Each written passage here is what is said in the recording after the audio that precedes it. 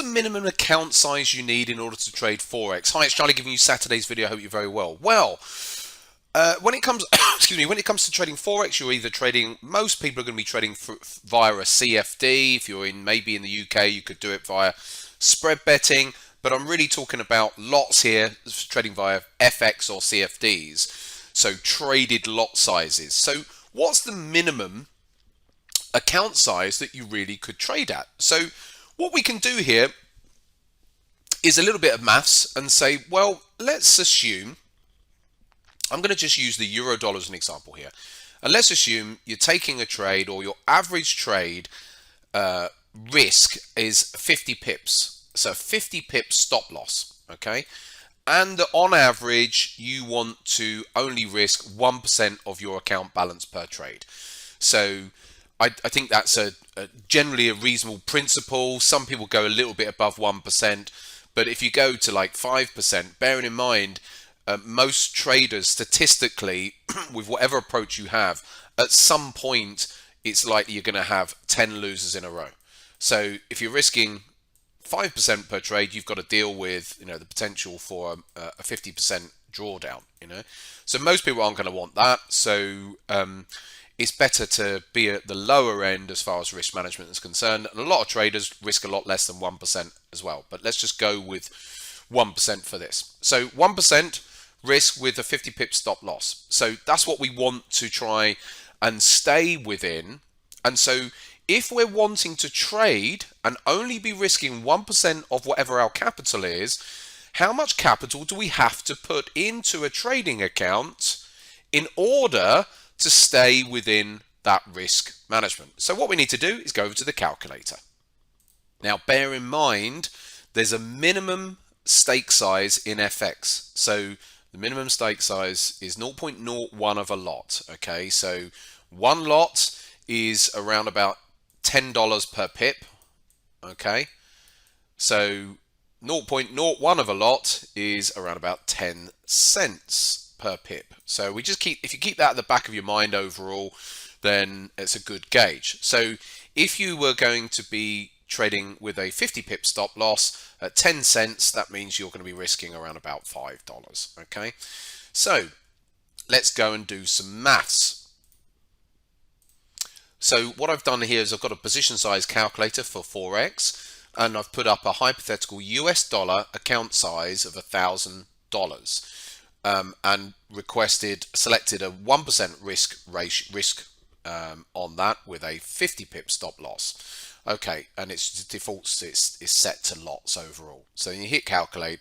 That's what it's saying here. So if I had $1,000 in an account, then obviously that $10 is 1% of 1,000. So that's good. And it's telling me that the sizing means I can have 0.02 of a lot on. So therefore, I'm still not at minimum size here. So if I'm looking and asking the question, what's the minimum account balance that I could trade with? Well, and we're going to come back to this in a second. $500, I can still be trading at 1% risk, so therefore only risking $5. So staying within risk management, and it still allows me to do it because that just drops me down to the minimum lot size of 0.01. If I go anything lower than $500, then my risk will end up being a little bit higher, okay? Because I can't possibly stake anything lower than 0.01 of a lot. Now, that's assuming that every trade I take is 50 pips. So what if a trade I want to take has got 100 pips stop loss? Well, it'll calculate it, and it's still going to say, well, I'm risking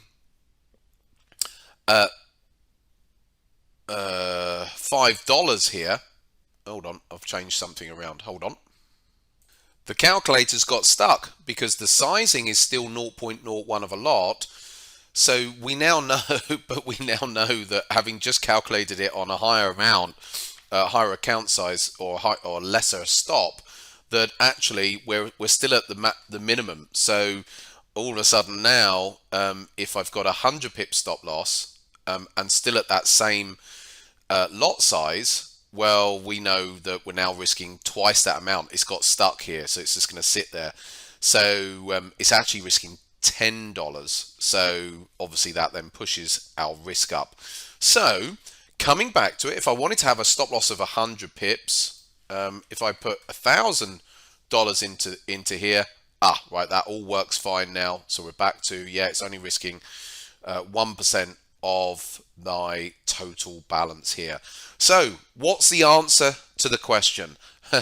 Well, I think you could, depending on how you trade, if you were only trading intraday, for example, with relatively smaller stops, then you could have a smaller account balance. There are risks with intraday. I would encourage you to go and have a look at my video from, I think it was back in June, maybe the 13th of June or something like that, where I did a video on day trading and the percentage of day traders who are profitable. So do check that one out. But otherwise, then let's assume you wanted to allow yourself up to 100 pips as a stop loss, which isn't huge. Then realistically, $1,000 in a trading account would be the absolute minimum. So you get an idea.